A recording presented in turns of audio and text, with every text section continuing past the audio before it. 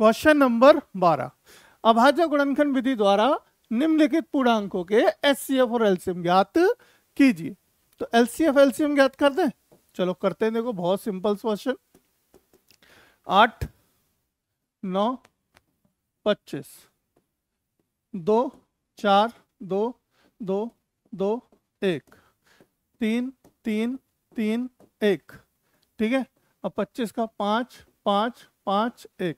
देखो अब यहाँ पे देखोगे अगर, तो यहाँ पे आपकी कोई, देखो नॉर्मली देखो तो 8 9 5 कोई भी अभाज्य संख्या नहीं है, कोई भी अभाज्य संख्या नहीं है। लेकिन देखो अभी मैंने एक बात बताई थी आपको पिछले, इससे पिछले क्वेश्चन में। देखो 8 के फैक्टर है बेटा 2 की घात 2 गुणा 2 गुणा 2, यानी 2, यानी इसको लिख सकता हूँ मैं 2 की घात 3 बराबर, इसको लिख सकते हैं 2 की घात 3।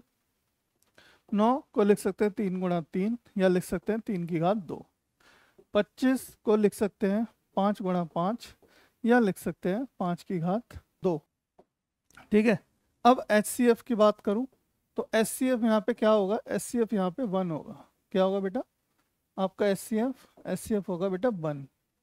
क्यों सर, आपने तो बताया था कि HCF 1 उसका होता है जहां अभाज्य संख्याएं होती हैं, ठीक है। यहाँ तो भाज्य हैं सारी की सारी। बेटा मैंने ये भी कहा था कि कॉमन नंबर भी तो होना चाहिए, ऐसा नंबर जो तीनों को भाग कर दे।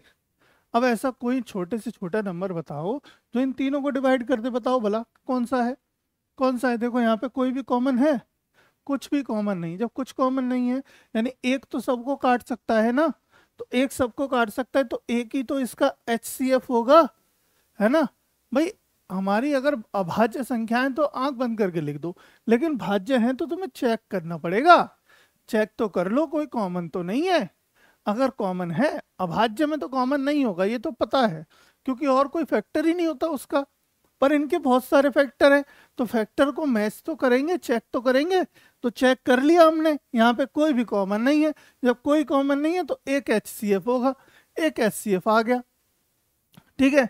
अब बाकी LCM क्या करेंगे, LCM में भाई सीधा सीधा सबको उठा के गुणा कर दो, सबको उठा के गुणा कर दो, क्योंकि कॉमन तो कोई है ही नहीं, है ना। तो तीनों नंबरों का बेसिकली गुणा कर दो, यानी कि 8 गुणा 9 गुणा 25 सबका गुणा कर दो बेटा, ठीक है। तो 25 अट्ठे कितना होता है, देखो 25 चौका 100 हो गया, 25 अट्ठे 200 हो गया। तो 200 ये गुणा 9, तो यानी 9 दूनी 18, यानी कि 1800 हो गया। कितना हो गया, 1800। ऑप्शन नंबर कौन सा सही हुआ, ऑप्शन नंबर डी एकदम सही आंसर है, ऑप्शन नंबर डी, ठीक है बेटा। 1800 हो गया, देख लो। कोई समस्या जल्दी बताओ, है ना। समझ आ गई ना बात, कि अब क्या है समझ आने वाली बात, कि हमेशा केवल और केवल हमेशा ऐसा नहीं है कि अभाज्य संख्याएं होंगी तभी आपका HCF 1 आएगा। HCF 1 तब भी आएगा जब कुछ ऐसी संख्याएं हो जिनका कॉमन फैक्टर 1 के अलावा कुछ ना हो, यानी जिसके अंदर कॉमन कुछ भी ना हो।